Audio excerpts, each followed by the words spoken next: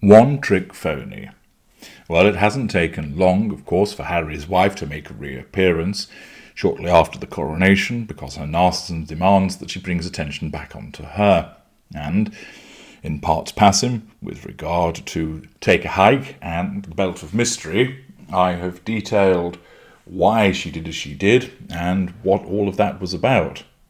However, once again, we see a useful operation of the rule of collateral consequences, which takes place with lesser and mid-range narcissists. The fact that their narcissism is geared to operate in the moment, to gain that control, to draw fuel, to seek out character traits and residual benefits, but often leads to a lateral consequence. An example of that would be that a narcissist turns up for the fourth day that week late, showing a sense of entitlement, a lack of accountability, a lack of emotional empathy, a lack of adherence to rules.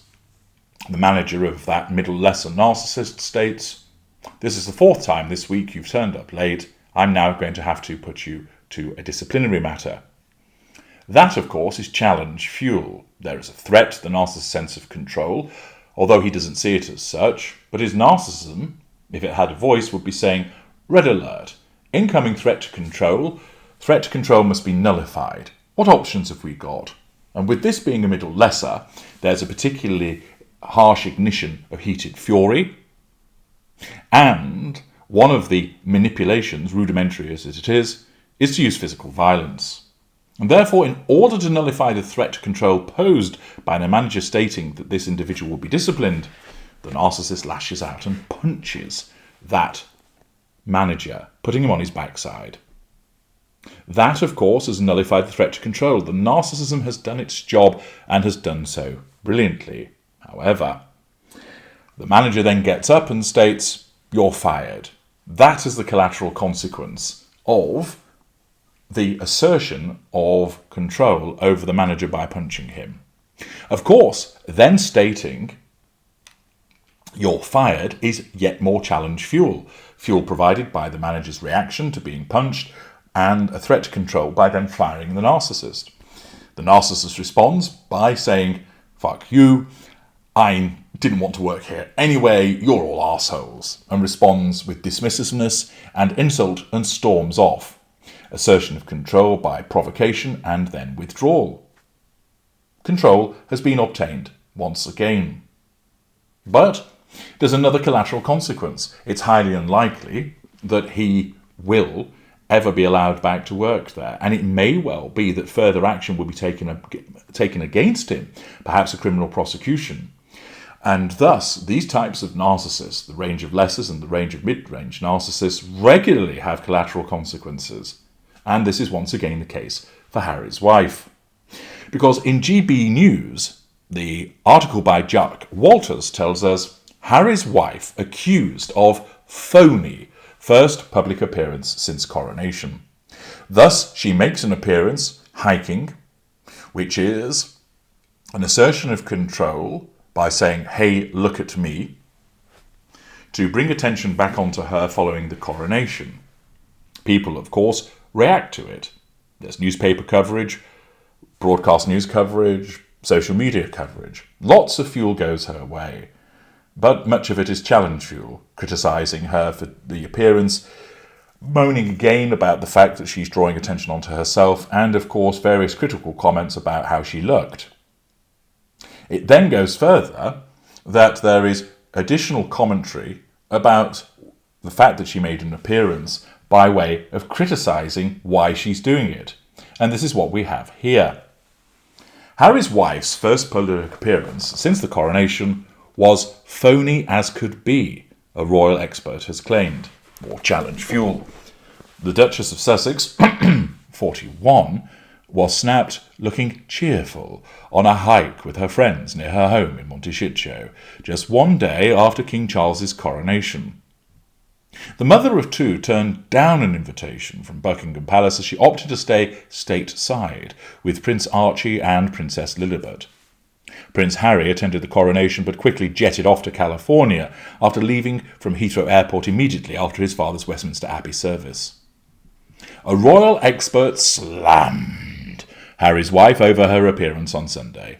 Angela Levin, who wrote Harry, Conversations with the Prince in 2018, told GB News' Dan Wooten, "She was doing this, 'I'm so happy, I'm so free, I'm having a very good time' facade management. She was going to spend the day with Archie. Why wasn't she with Archie? It was his birthday. Where was the little boy?" I think the irony and the hypocrisy of that showed very much. And she couldn't beat the event like the ceremony that we saw, and yet she's there thinking that she can in a dirty old black top and trousers. And she thinks she can overcome it by looking amazingly happy. It was as phony as you could be, I thought. Harry's wife was snapped out and about on Sunday wearing a scarf, sunglasses and wide-brimmed hat. The Duchess was joined by friends Marcus Anderson and Heather Dorak.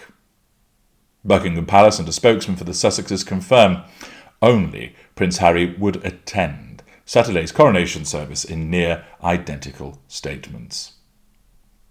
Accordingly, Harry's wife is identified as being a phony, that one-trick phony, who repeatedly has to bring attention onto herself no matter what is going on.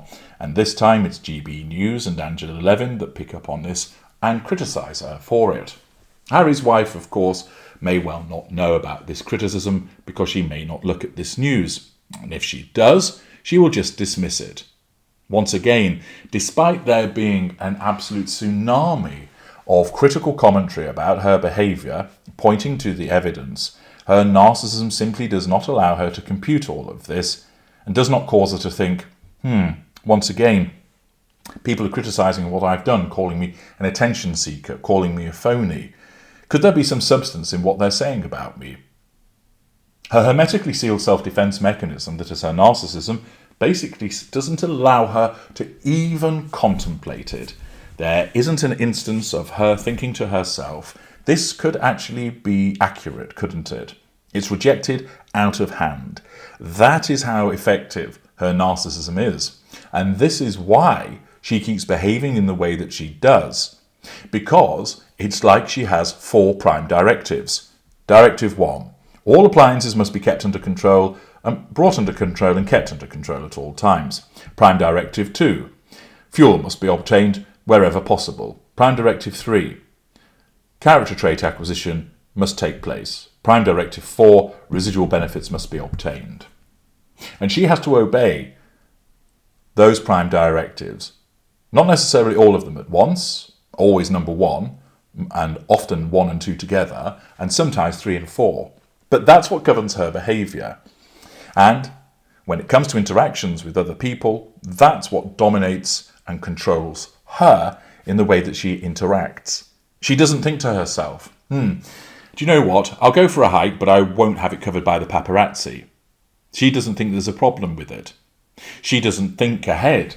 Oh, well, I'm going to get panned for this, aren't I? They're all going to say that I'm attention-seeking, that I'm trying to bring the limelight onto me. Do you know what? I'll give it a miss and spare myself the irritation and annoyance of being criticised once again. But she doesn't think that way. Her narcissism does not guide her in that direction. And instead, we once again get an instance of collateral consequence where she gets panned on social media and, in this instance, she gets criticised for being the one-trick phony that she is. I'm H.G. Tudor. Thank you for listening.